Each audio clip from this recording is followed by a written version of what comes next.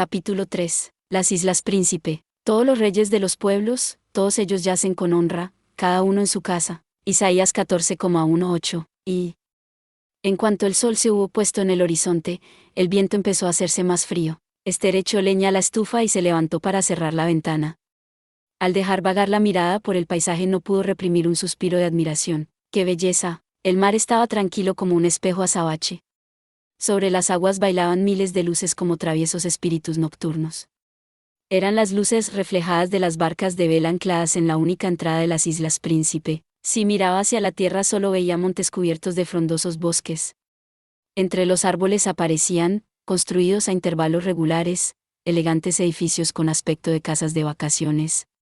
Para un observador inocente, habría sido difícil imaginar que se trataba de unos mausoleos llamados Turbe y que el tranquilo archipiélago situado a 10 kilómetros al sur de la capital era tierra sagrada para los aristócratas imperiales. Estas islas son el lugar donde conmemoramos a nuestros difuntos. El Turbe de la familia ducal de Kiev se encontraba en la isla central. Obviamente, las tumbas propiamente dichas se hallaban en el subterráneo y el nivel de la superficie estaba dispuesto como espacio para recibir a los visitantes. Mientras hablaba con Ester, Astaroth se limpiaba con mano. Inexperta las fotografías que adornaban el interior, nosotros no tenemos una religión tal y como la entendéis vosotros, ni poseemos la idea de alma. Al morir, el cuerpo es enterrado y vuelve a la tierra, ¿no tenéis alma? Se giró, sorprendida, Ester. Había estado observando con interés el ancho camino que atravesaba los bosques, por el que subía un grupo de figuras que charlaban bajo la luz de la luna. Pero si no tenéis alma, ¿para qué hacéis funerales?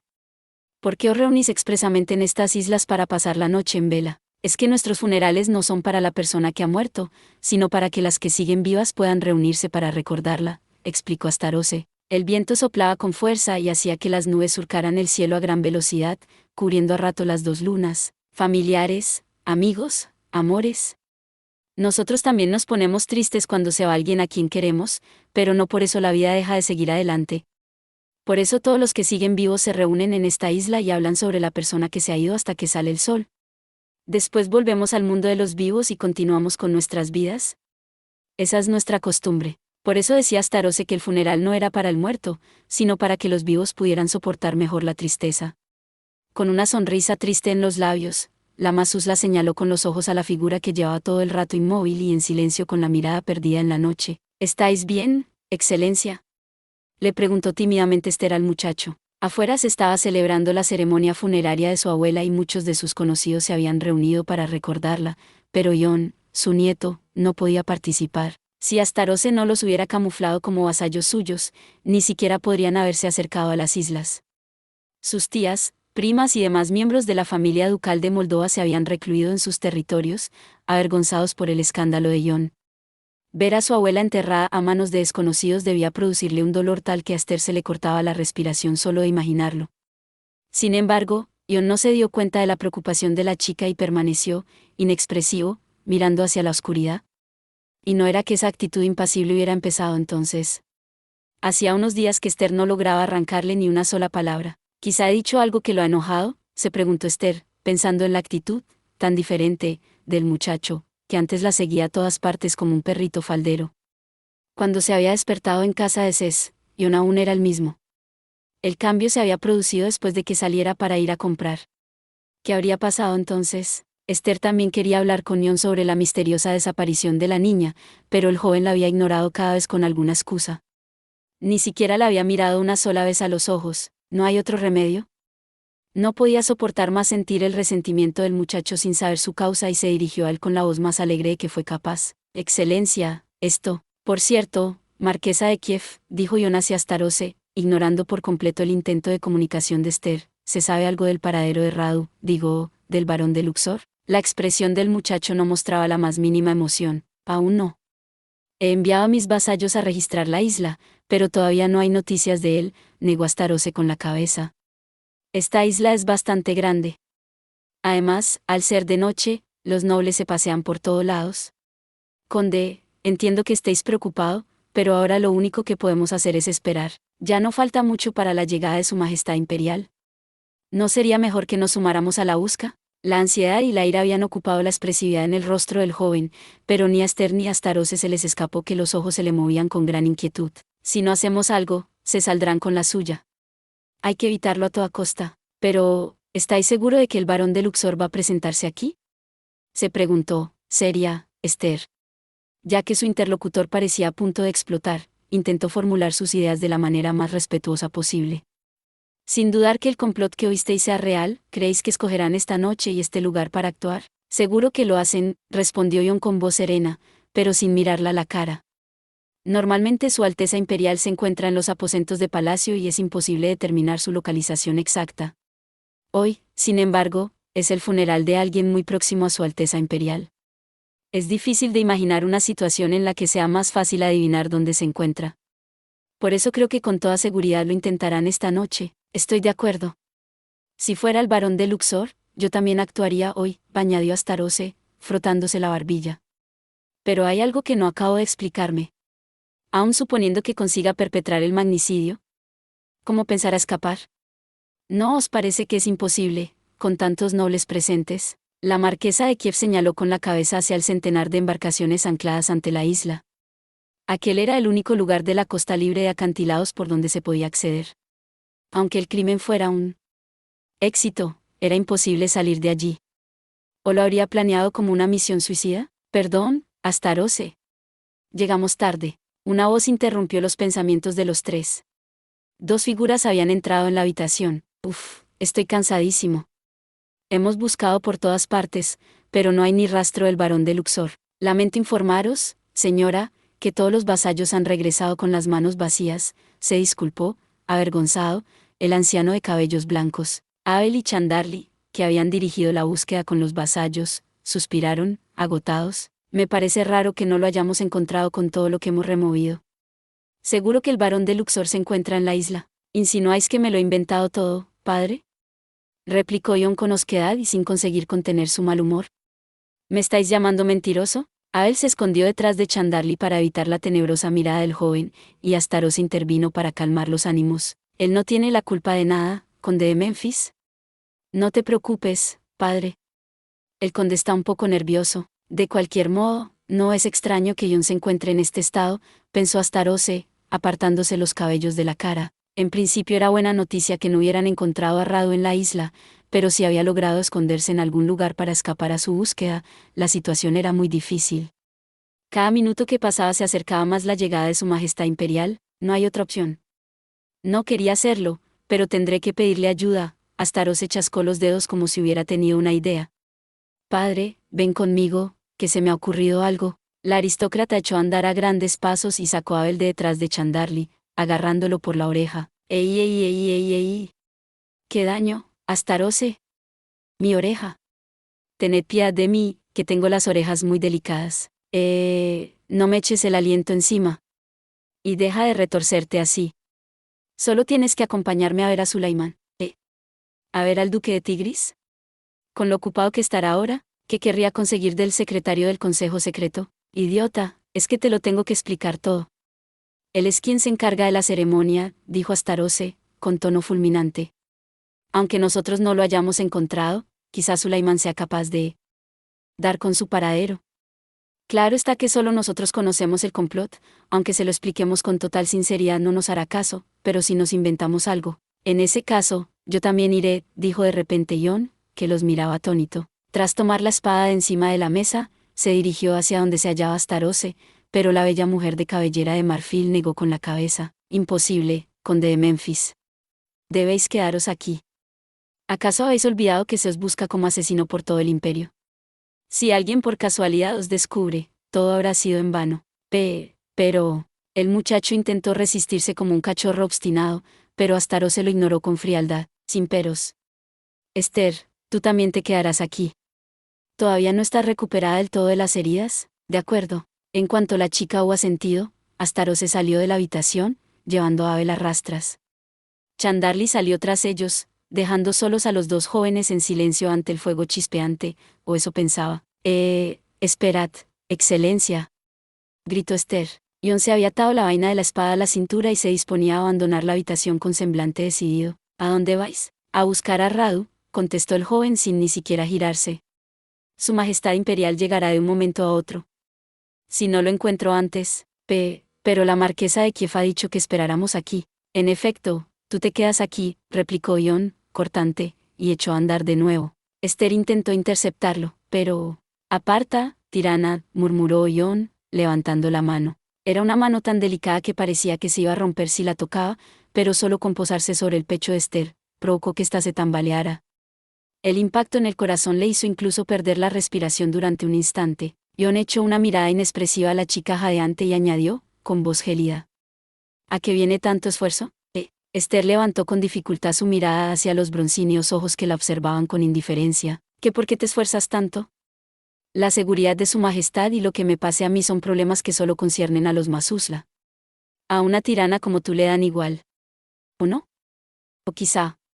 Prosiguió el joven, mostrando por primera vez pasión en su voz. Y añadió, burlón, con una sonrisa acerada: ¿tienes alguna razón para querer que me quede aquí? ¿Quieres evitar que encuentre a Radu y salve a su majestad? Pero, ¿cómo podéis? Esther se quedó sin palabras.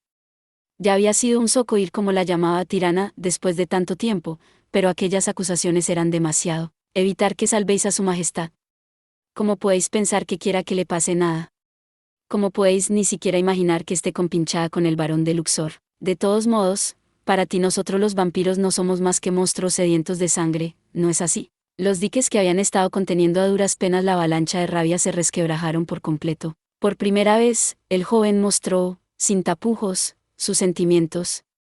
Ion tenía los ojos llenos de ira y odio, y los largos colmillos le asomaban entre los labios torcidos en una horrible mueca. Ante tus ojos solo somos monstruos, tanto yo como la marquesa de Kiev, ¿no? Pero, ¿por qué? Respondió con gran esfuerzo Esther. Tenía que hablar con calma, pero la confusión y la sorpresa le nublaban el cerebro, y cuanto más nerviosa se ponía menos capaz era de hilar palabras con sentido. Yo nunca pensando que fuerais un monstruo. Entonces, ¿por qué no me has contado lo del obispo Vites? Al oír aquel nombre, Esther se dio cuenta de que se le congelaba el rostro. Nunca habría pensado que lo oiría de labios de Ion. ¿Cómo era posible que supiera ese nombre? Lo sé todo. Era como una madre para ti y hace un año la mató un Masusla, alguien como yo. ¿Por qué no me lo contaste nunca? ¿Cómo sabéis eso? No había ninguna razón especial por la que no se lo hubiera contado. Tampoco habría servido de nada. El pasado no podía cambiarse. Pero, ¿por qué estaba tan enojado? No puedes contestar. Ahí te has delatado, tirana, rió Ion, con los ojos iracundos. Y añadió, girándose, pero no te saldrás con la tuya. Detendré a Radu cueste lo que cueste. Defenderé a su majestad imperial con mi vida si es necesario. Excelencia, no os marchéis. Esther alargó la mano con desesperación, pero Ion ya había abandonado la estancia. Tenía que detenerlo. Su mano se quedó agarrando el vacío en vano. El joven había entrado en haste y desapareció antes de que Esther pudiera ni siquiera darse cuenta de lo que había ocurrido. Aunque salió de inmediato del edificio, ya no había rastro del muchacho por ningún lado. Desde la colina solo se veían las lucecitas que bailaban sobre el mar nocturno. Excelencia, ¿pero qué? Esther lanzó un suspiro mirando a lo lejos, más allá del camino sin pavimentar. ¿Cómo había llegado a aquella situación? ¿Qué había hecho para perder su confianza? Por más que lo intentaba no era capaz de dar con la respuesta. No sabía cuánto tiempo había pasado allí, aunque le parecía que había sido una eternidad. Esther se frotó los ojos al ver una imagen inesperada en el camino. Por entre los árboles iban paseando diversas figuras. Hasta que llegara Augusta para presidir las ceremonias aún debían de faltar algunas horas. Los aristócratas deambulaban charlando y visitando turbes aquí y allí, aunque sin perder las formas solemnes. Resultaba bastante distinto de los funerales que se celebraban en el exterior, pero era indudable que se trataba de una noche dedicada a la difunta. Pero lo que llamó la atención de Esther no fueron los nobles que esperaban. Una pequeña figura se movía por el borde del camino intentando escapar a las miradas de los asistentes. Cuando Esther por casualidad miró hacia allí, las lunas iluminaron por entre las nubes una figura que arrancó de la muchacha un grito de sorpresa. Pero... no puede ser. Era la niña de melena corta. A la luz de la luna, los verdes ojos le brillaban, traviesos. Si no hubiera sido por el vestido negro de vasallo que la cubría, habría sido idéntica a la imagen que la monja recordaba de ella. La chica no se dio cuenta de que la habían visto y siguió andando con paso ligero hacia el lado opuesto de la isla. Esther se quedó mirándola con atención y tragó saliva. ¿Qué hacía allí la niña? ¿Y cómo había logrado salir con vida la otra vez? Venga, seguía preocupada por Ion, pero si había entrado en haste no tenía absolutamente ninguna posibilidad de dar con él. Valía más la pena seguir a la niña para descubrir qué había pasado y quién era en realidad. Comprobó la posición de la escopeta que llevaba debajo de las ropas y salió casi corriendo colina abajo. Los ropajes negros hacían que la figura casi desapareciera entre las sombras. Aunque iba apenas unos 100 metros por delante, Esther tenía que concentrarse por completo en ella para no perderla de vista. ¿A dónde irá? El serpenteante camino seguía hacia el lado opuesto de la isla. Ya hacía rato que no se veía el turbe de la familia de los marqueses de Kiev. La bahía de entrada a la isla, que antes casi la deslumbraba con sus luces, ya no era más que un vago reflejo lejano. Lo más sorprendente era la energía de Cés. Esther se sentía bastante en forma, pero era incapaz de mantener su ritmo. Con aquel paso tan rápido tenía que estar gastando mucha energía, pero la niña no mostraba ninguna señal de cansancio. Esther, en cambio, ya empezaba a notar los efectos de la carrera. Menor que, me habré equivocado al seguirla a ella. Habría sido mejor ir a buscar a John, mayor que. Las dudas resonaban en su mente. ¿Sería mejor ir a buscar al padre Nitroa o la marquesa de Kiev y contarle lo sucedido? Tendría que haberse quedado quietecita en el turbe. Esther pagó caro el haberse distraído con aquellas cuestiones inútiles. La niña había desaparecido. ¿Dónde se había metido? Por mucho que buscaba entre los árboles, no quedaba ni rastro de Cés. En cambio, Esther descubrió otra cosa. Había un turbe escondido por la oscuridad de las ramas de un frondoso árbol. ¿Qué será esto? A la luz de una de las lunas, la monja examinó el escudo de armas grabado en la puerta. Era el unicornio pisando rodadas de carreta, el emblema de Casa Ducal de Moldova. ¿Es el mausoleo de la familia del conde? Pero, ¿por qué está en este lugar tan? Alrededor no parecía haber más edificios. El camino estaba desierto. ¿Se habría metido Cés allí? El turbe silencioso, parecía vacío. No te muevas, dijo una voz contenida, al mismo tiempo que una mano le tapaba la boca a la monja. CHSCC. Silencio.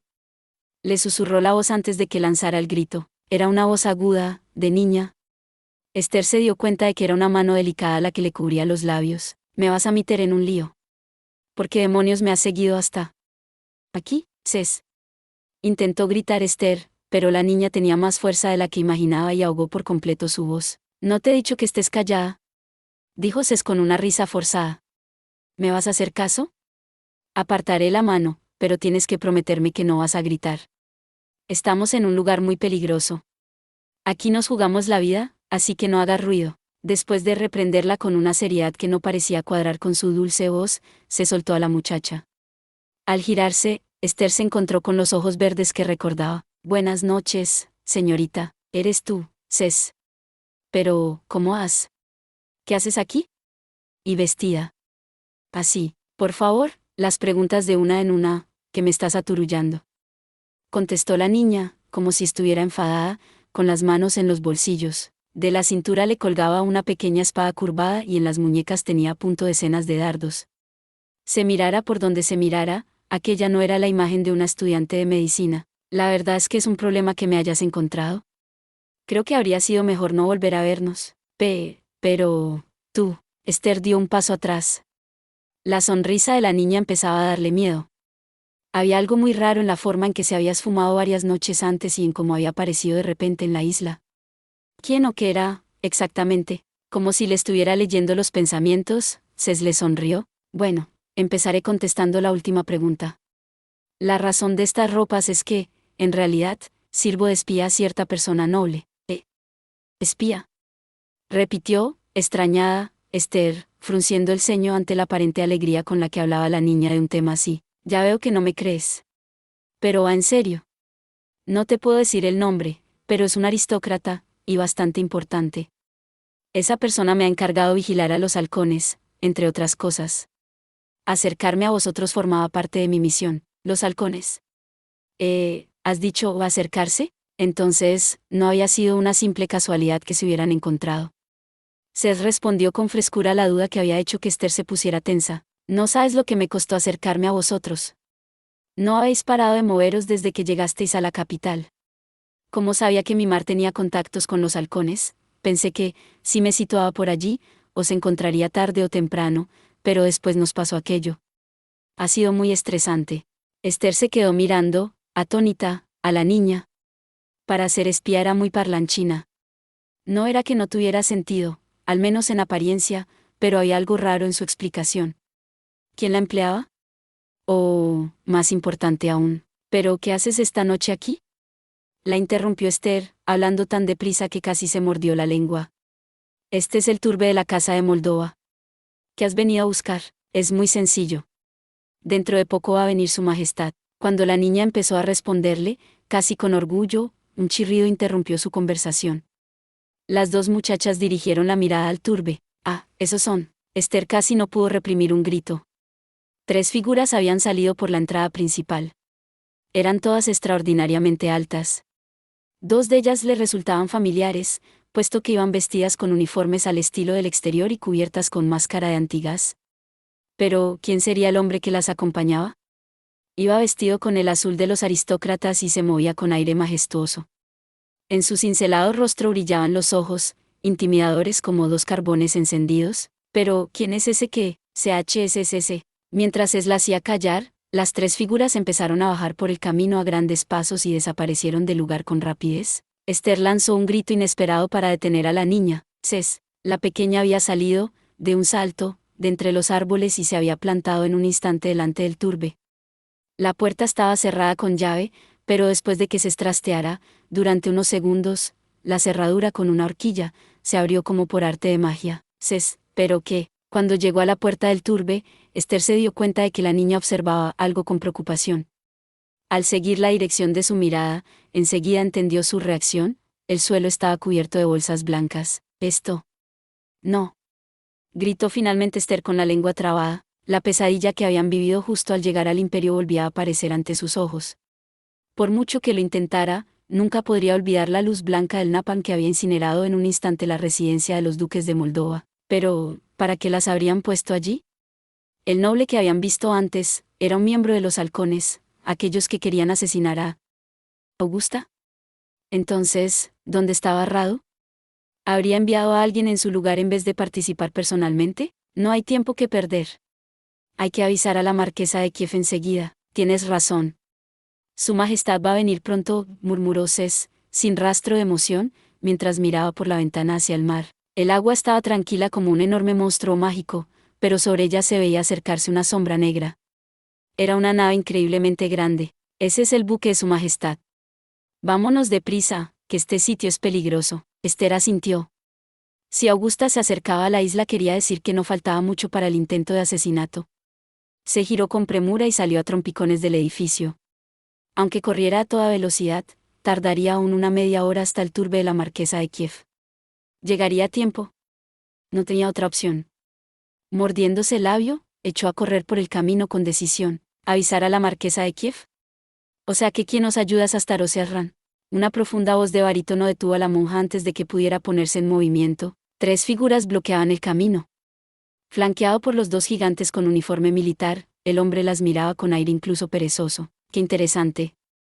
Siento deteneros ahora que tenéis tanta prisa, pero ¿no me haríais el favor de explicármelo todo con un poco más de detalle? El hombre sonrió, mostrando unos colmillos larguísimos incluso para un mazuzla, y un súbito viento se levantó a su lado.